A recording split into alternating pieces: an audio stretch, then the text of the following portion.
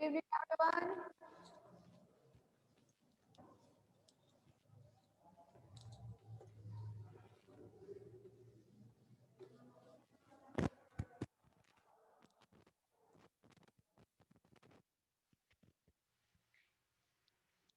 Ma'am इसे थोड़ा बांध दीजिए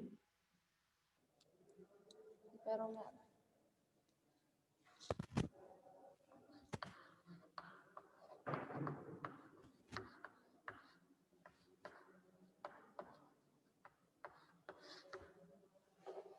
हाँ भाई, फाइनल ईयर। हम लोग कल बात कर रहे थे, हम लोगों ने नेक्स्ट टाइम पर जो बात की थी वो थी रिप्रोडक्शन के बारे में।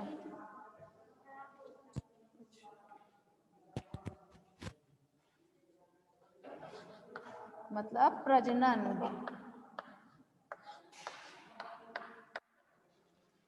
ठीक है, प्रजनन के बारे में आप लोगों को थोड़ा बहुत चलिए फिर से एक बार बता देते हैं कि प्रजनन में हमने बताया था कि इसमें मेल और फीमेल, नर व मादा, ठीक है, इनमें जब द्वितीयक लक्षण जो हैं वो प्रतीत होते हैं तो उस दौरान ये क्या करते हैं, ये मेटिंग की प्रोसेस करते हैं, कॉपुलेशन करेंगे। तो उस दौरान ये क्या काम करते हैं, मेल और फीमेल ये दोनों ही घोंसले का निर्माण करते हैं। जल्दी जल्दी बता रहे हैं क्लास, ठीक है। घोंसले का निर्माण करते हैं और निर्माण करने के बाद इसमें जो है पहले मादा एंट्री करती है अपने घोंसले में, ठीक है, और किसी स्टोन से जाकर चिपक जाती है और उसके बाद में जो नर होता है, जो मेल है, ठीक है, वो इस फीमेल की किस मतलब फीमेल का जो हेड रीजन होता है उस रीजन के पास आकर क्या होता है, चिपक जाता है और ये दोनों मिलकर क्या करते हैं, कॉपुलेशन की प्रोसेस करते हैं। किसकी? कॉपुलेशन। कॉपुलेशन मतलब मैथुन, मैथुन की प्रक्रिया होती है यहाँ पर। और उसके बाद ये दोनों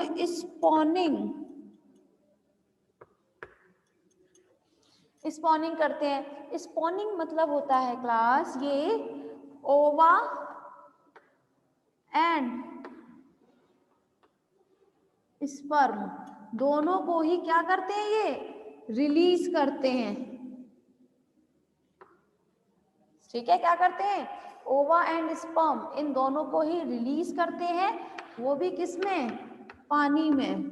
ठीक है, पानी में इन दोनों ने क्या किया, ओवा एंड स्पर्म इन दोनों को ही रिलीज कर दिया। रिलीज करते ही इनमें फर्टिलाइजेशन होगा, मतलब निषेचन की प्रक्रिया होती है। अब चूंकि ये दोनों ही रिलीज पानी में किए गए हैं तो ओवा और स्पर्म, ठीक है ना, तो ये शरीर के बाहर जब निषेचन हो रहा है तो ये निषेचन किस प्रकार का होगा, बाह्य निषेचन होता है। क्या होता है, बाह्य निषेचन होता है। ठीक है, बाह्य निषेचन हुआ। बाह्य निषेचन के बाद इसमें से क्या होगा, हैचिंग की प्रोसेस होगी। ठीक है, हैचिंग की प्रोसेस मतलब अंडे में से लार्वा का निकलना, वो क्या कहलाता है, हैचिंग कहलाता है। तो इसमें से हैचिंग की प्रोसेस होती है और इसमें से क्या निकलता है, 7 mm का लार्वा बाहर निकलता है। ठीक है, कितना निकलता है वो लार्वा, 7 mm का वो लार्वा होता है। ये तो बात रही जो आप लोगों को लास्ट टाइम तक बताई थी। मैम थोड़ा इसको टर्न कर दीजिए प्लीज।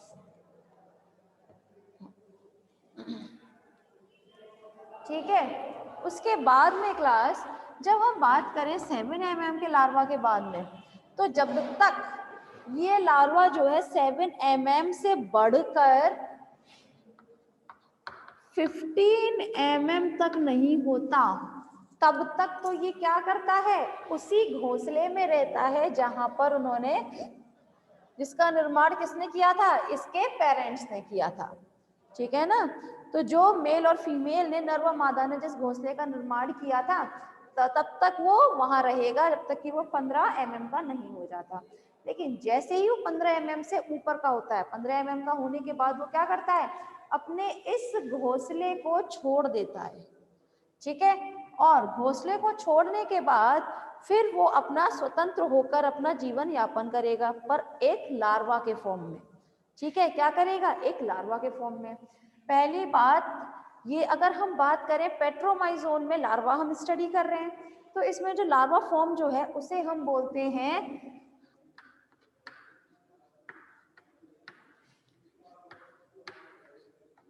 एमोसीट लार्वा। क्या कहा जाता है उसे? एमोसीट लार्वा कहा जाता है। तो इसमें से एमोसीट लार्वा जो है वो 7 mm से बढ़कर कितना हो चुका है? 15 mm, 15 mm हो चुका है। और अब इसने क्या किया है? अपने इस घोंसले का छोड़ दिया है। ठीक है, क्लियर है ना इतना? चलें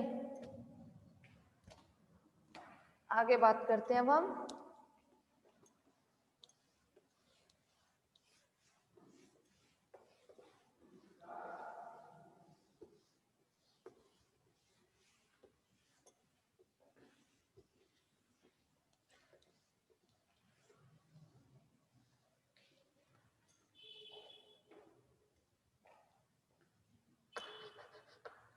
क्या किया उसने? ठीक है, अब उसने क्या किया? अपना वो घोंसला छोड़ दिया। अब हम बात करेंगे एमोसीट लार्वा के बारे में।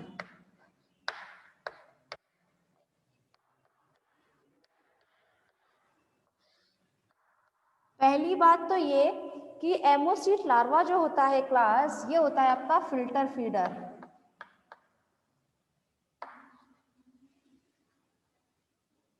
कैसा होता है? फिल्टर फीडर होता है। फिल्टर फीडर से मतलब होता है, देखिए नाम से ही पता चल रहा है, फिल्टर फीडर। फीडर माने होता है खाने वाला। ठीक है, अब वो किस तरह से अपना भोजन ग्रहण करेगा? वो प्रोसेस होती है फिल्टरिंग के द्वारा, मतलब छनित भोजन। जब भाई जाहिर सी बात है लार्वा है, पानी में रह रहा है, तो जब उसके मुंह में जलधारा प्रवेश करेगी तो उसके साथ में उसका कुछ भोज्य पदार्थ तो प्रवेश करेगा। और जब वो भोज्य पदार्थ उसका प्रवेश करता है तो उसमें एक संरचना एक ऐसी प्रेजेंट होती है जो उसमें से क्या काम करेगी? उसको छानने का काम करेगी कि उसमें से उसको क्या चीज अपने शरीर के अंदर लेना है, क्या चीज उसको बाहर त्यागना है। ठीक है, तो इस प्रकार के लार्वा को हम क्या कहते हैं? Filter feeder. तो एक तो ये होता है फिल्टर फीडर, और साथ में ये एमोसीट लार्वा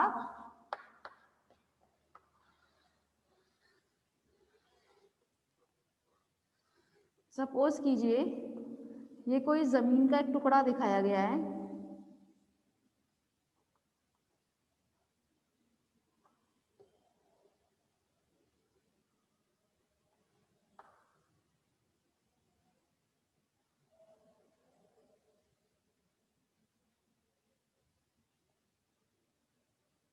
ठीक है, तो ये हमेशा क्या करता है?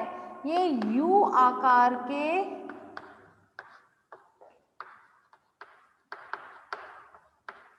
बिल बनाकर रहता है। ठीक है, ये क्या करता है? यू आकार का एक बिल बनाता है और उसमें ये निवास करता है। ठीक है, लेकिन अभी इसका आकार कितना हो चुका है? 15 mm हो चुका है। ये तो बात रही नॉर्मल इसके जीवन यापन के बारे में। ठीक, लेकिन अब हम बात कर लेते हैं इसकी संरचना से बराबर। ठीक है, तो चलिए बात करते हैं इसकी संरचना की।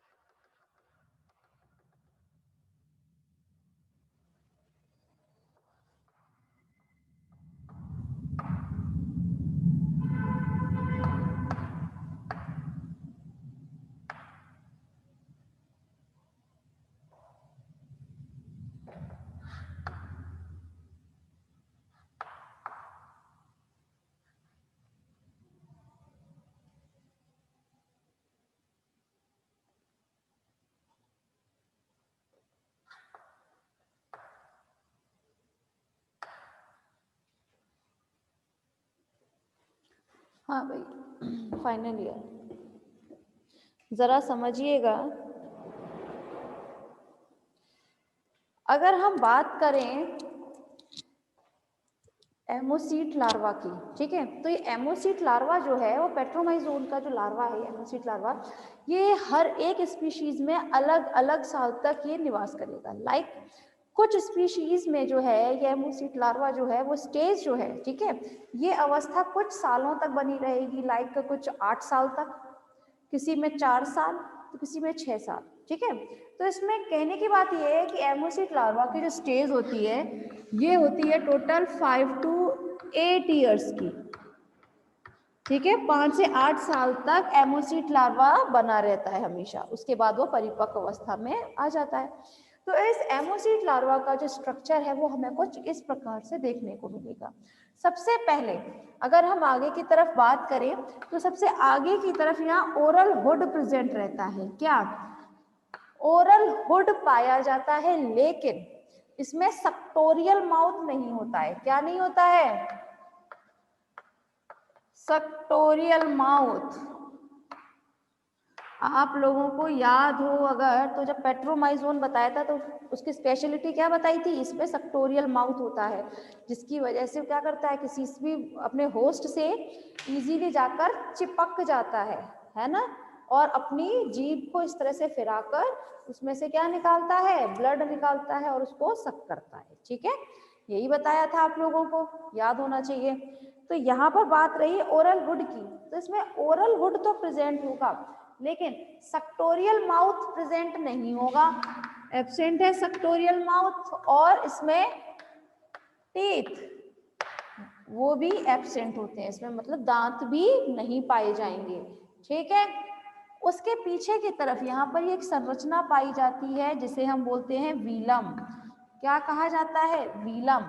ये वीलम का काम क्या होता है कि जैसे ही वाटर करंट, जल धारा इसके अंदर प्रवेश करेगी तब ये वीलम ही वो संरचना है जो ये चीज डिसाइड करेगी कि इसके अंदर कौन से क्या चीज अंदर प्रवेश करेगी और किसको यहाँ से इसको बाहर निकालना है। बताया था ना कि ये कैसा होता है? फिल्टर फीडर टाइप का होता है ना। तो फिल्टर फीडर टाइप में क्या होगा? ये वीलम ही है जो इस चीज को सेलेक्ट करती है कि ये क्या चीज आगे खाएगा और किसको बाहर निकालना है, ठीक है। तो यहाँ पर अगर थोड़ी देर रुकते हैं वीलम पर, अगर हम इसके भोज्य पदार्थ की बात करें एमोसीट लार्वा की क्लास, तो इसका जो भोज्य पदार्थ होता है वो होते हैं ऊज। ऊज को हिंदी में बोला जाता है पंख। ये पंख खाता है। क्या खाता है? ऊज। ऊज खाता है, लेकिन जनरली जब भी आप ऊज टर्म सुनते हैं तो आपको याद आता होगा रेडियोलेरिया में ऊज, है ना। रेडियोलेरिया किसका होता है? आपका, है ना। तो रेडियोलेरिया में जब ऊज की हम बात करते हैं तो रेडियोलेरिया के जो कवच होते हैं, ठीक है, वो किसी भी महासागर के बॉटम में जाके नीचे तलहटी में जमा हो जाते हैं, है ना, बॉटम में जमा हो जाते हैं। तो जब ये बॉटम में जमा होते हैं तो बहुत सुंदर एक पहाड़ी नुमा संरचना बना लेते हैं और उसी संरचना को हम ऊज यानी कि पंख बोला करते हैं, ठीक है। लेकिन ये बात तो थी आपकी रेडियोलेरिया की, ठीक। लेकिन यहाँ हम बात करें अगर पंख में, तो इसका जो भोज्य पदार्थ होते हैं ये ऊज। ऊज भी भाई है तो कवच, लेकिन जैसे मैं थोड़ी देर पहले रेडियोलेरिया का बताया, लेकिन इसमें ये ऊज जो हो है वो होता है फोरामिनीफेरा। ये एक एनिमल्स हैं जिनका नाम है फोरामिनीफेरा के कवच जो होते हैं, ठीक है। ये फोरामिनीफेरा के कवच जो होते हैं उनका वो क्या करता है? उनको ग्रहण करता है अपने भोज्य पदार्थों के तौर पर। अच्छा, ना सिर्फ कवच बल्कि इस कवच पर जो शैवाल उपस्थित होते हैं ना, उनको भी वो अपने भोज्य पदार्थ के तौर पर ग्रहण कर लेता है, ठीक है। तो जैसे ही जलधारा के साथ में इसके भोज्य पदार्थ एंट्री करेंगे तो ये उनको तो आगे जाने देगा, बाकी सबको ये पीछे की ओर ही वापस कर देता है, ठीक। उसके बाद में यहाँ पर एक संरचना और आप देख रहे हैं जिसे हम बोलते हैं एंडोस्टाइल। क्या कहा जाता है? एंडोस्टाइल। ये एंडोस्टाइल जो है सिर्फ और सिर्फ लार्वा अवस्था तक ही मौजूद होती है। मतलब सिर्फ एमोसीट लार्वा तक ही ये अवस्था पाई जाएगी। लेकिन जैसे ही एमोसीट लार्वा किसमें बदलता है, परिपक्व होगा, मतलब पेट्रोमाइजोन में जैसे ही कन्वर्ट होगा वैसे ही ये एंडोस्टाइल जो है ये कन्वर्ट हो जाती है थायराइड ग्लैंड में। किसमें कन्वर्ट हो जाती है, थायराइड ग्लैंड में कन्वर्ट हो जाएगी। उसके बाद में यहाँ पर ये आप स्ट्रक्चर जो देख रहे हैं ये है ना, ये होते हैं गिल पाउचेस। क्या चीज, गिल पाउचेस। इसमें गिल पाउचेस प्रेजेंट होते हैं। क्या चीज प्रेजेंट होते हैं, गिल पाउचेस प्रेजेंट होते हैं। और ये गिल पाउचेस होते हैं टोटल 7 पेयर्स। कितने होंगे, 7 पेयर्स। 7 तो इस तरफ और 7 उस तरफ, भाई दोनों ही तरफ तो होंगे तो 7 पेयर्स। तो 1 2 3 4 5 6 7, ठीक है। तो इसमें कितने गिल पाउचेस होते हैं, टोटल 7 पेयर्स इसमें गिल पाउचेस होंगे और इससे ज्यादा इसमें नहीं देखने को मिलेंगे। और अगर हम बात करें गिल पाउचेस की, तो गिल पाउचेस पाए जाते हैं एमोसीट लार्वा में। लेकिन जैसे ही ये एमोसीट लार्वा जो है वो किस में बदलता है, एडल्ट में। जैसे ही बदलेगा, वयस्क जैसे ही होगा, वैसे ही इन गिल पाउचेस में गिल्स का निर्माण हो जाता है। क्या बन जाते हैं इनमें, गिल्स। गिल्स बन जाते हैं इन गिल पाउचेस में। लेकिन ये एमोसीट लार्वा में गिल नहीं होते हैं, ठीक है। ये गिल जो है हमेशा किसमें होंगे, जब ये परिपक्व होगा तब। लेकिन उससे पहले कभी भी गिल नहीं बनते हैं। तो लेकिन अगर गिल नहीं है तो गिल पाउचेस में फिर क्या होगा, क्वेश्चन तो यहाँ पर ये बनता है। तो गिल पाउचेस में जो है इसमें कुछ छिद्र पाए जाते हैं। क्या पाए जाते हैं, छिद्र पाए जाते हैं, जिनमें से आपका वाटर अंदर और बाहर इजीली जाता है, जिसकी वजह से वो क्या करता है, अपना श्वसन की प्रक्रिया बहुत इजीली कर लेता है।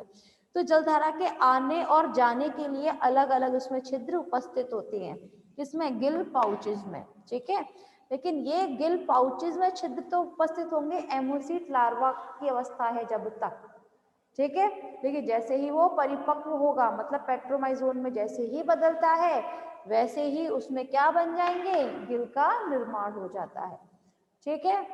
इसमें सॉरी, इसमें यहाँ पर संरचना देख रहे हैं, ये है हार्ट। इसमें क्या उपस्थित होगा, एक हृदय उपस्थित होता है, साथ में लिवर। अच्छा, अब रुकते हैं यहाँ पर। लिवर की अगर जब हम बात करें क्लास, तो इसकी एलिमेंट्री कैनाल, पेट्रोमाइजोन की हम लोग पहली बात कर चुके हैं ना। तो पेट्रोमाइजोन में जो एलिमेंट्री कैनाल होती है क्लास, वो कैसी होगी, पूरा माउथ से स्टार्ट होके एनस तक जाती है ना। लेकिन इसमें ऐसा नहीं होता है। इसमें एलिमेंट्री कैनाल में और भी बहुत सारी चीजें होती हैं। मैंने आप लोगों को लिवर बताया था एलिमेंट्री कैनाल के टाइम पर। तो इसमें लिवर के अलावा और भी चीजें होती है, जो जैसे कि बाइल डक्ट एंड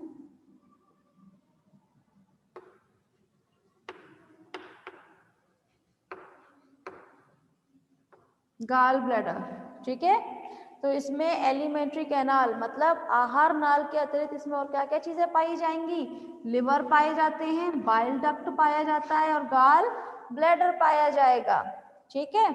लेकिन ये तीनों ही संरचना इसमें कब पाई जाएंगी, जब तक कि ये एमोसीट लार्वा है, ठीक है। लेकिन जैसे ही एमोसीट लार्वा से किसमें बदलता है, पेट्रोमाइजोन में, वैसे ही बाइल डक्ट और गाल ब्लैडर, ये दोनों ही संरचना इसमें से विलुप्त हो जाती है, ठीक है।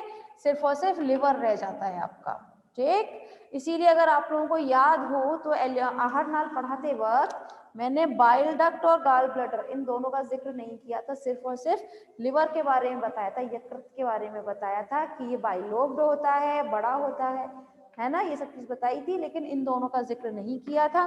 क्यों नहीं किया था, क्योंकि वयस्क में ये दोनों ही संरचना नहीं पाई जाती। ये दोनों ही क्या हो चुकी होती हैं, विलुप्त हो चुकी होती है, ठीक है। इसके पीछे की तरफ एक और संरचना पाई जाती है जिसे हम बोलते हैं इंटेस्टाइन। इंटेस्टाइन तो आहार नाल का ही एक भाग है, इसके बारे में हम लोग ऑलरेडी बात कर चुके हैं, ठीक। इसमें आगे की तरफ ये एक दरार नुमा संरचना देख रहे हैं जिसे हम बोलते हैं नॉस्ट्रिल। इसमें वन मीडियन नॉस्ट्रिल पाया जाता है, एक मध्य नॉस्ट्रिल नासा छिद्र पाया जाता है, लेकिन ये नासा छिद्र एमोसीट लार्वा में ही उपस्थित होगा।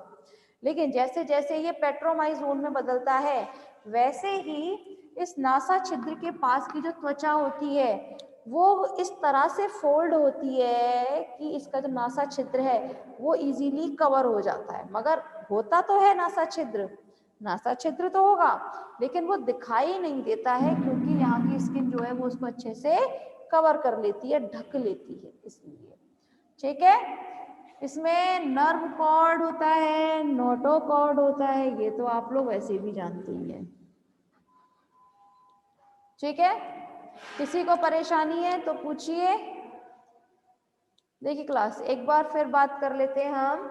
यहाँ हम बात कर रहे थे एमोसीट लार्वा के बारे में। तो एमोसीट लार्वा में क्या चीज प्रेजेंट होती है? ओरल हुड तो प्रेजेंट है, लेकिन इसमें सक्टोरियल माउथ और दांत वो नहीं पाए जाते हैं। ठीक है, उसके बाद में क्यों नहीं पाए जाएंगे भाई? क्योंकि जाहिर सी बात है ये होता तो एक्टोपैरासाइट है, लेकिन तब होगा जब ये एडल्ट में बदलेगा। अभी तो ये कितना क्या है? एक लार्वा फॉर्म है, और लार्वा फॉर्म तो 5 से 8 साल तक बनी रहेगी। किसी स्पीशीज में कितने साल तो किसी में कितने साल, तो जनरली एवरेज जो है वो 5 से 8 साल तक का माना गया है। इसमें वीलम के बारे में बता ही दिया कि जलधारा में से जो भी इसके भोज्य पदार्थ आएंगे तो सिर्फ उन्हीं को आने देती है, बाकी सबको वापस लौटा देती है। इसके अलावा यहाँ पर एंडोस्टाइल मौजूद होगी। एंडोस्टाइल लार्वा में ही पाई जाएगी। एडल्ट होने पर वो किस में रूपांतरित हो जाती है? थायराइड ग्लैंड में रूपांतरित हो जाती है। इसके अलावा इसमें 7 जोड़ी गिल पाउचेस पाए जाते हैं। क्या पाए जाते हैं? गिल पाउचेस पाए जाते हैं इसमें 7 जोड़ी। और जब ये वयस्क होगा, पेट्रोमाइजोन में जैसे ही कन्वर्ट होता है वैसे ही इन गिल पाउचेस में किसका निर्माण होने लगता है? गिल्स का निर्माण हो जाएगा।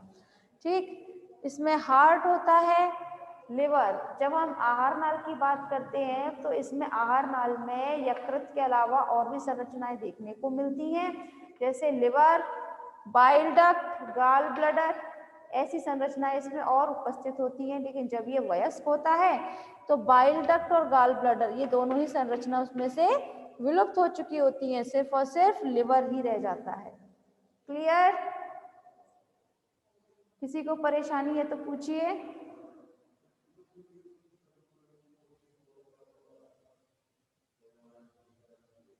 क्लियर है ना?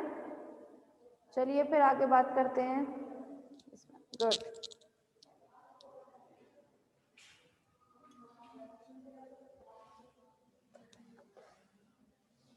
क्लास, यहाँ तो बात रही आपकी एमोसीट लार्वा के बारे में। ठीक है, मैंने यहाँ आपको एक ही बार में सब चीज क्लियर कर दी है। मतलब एमोसीट लार्वा भी, और इसमें कायांतरण, मतलब जब एमोसीट लार्वा को में जब कायांतरण की प्रोसेस होगी तो उसमें क्या क्या परिवर्तन देखने के लिए मिलेंगे वो सब भी मैंने आपको इसी में साथ के साथ बता दिया है।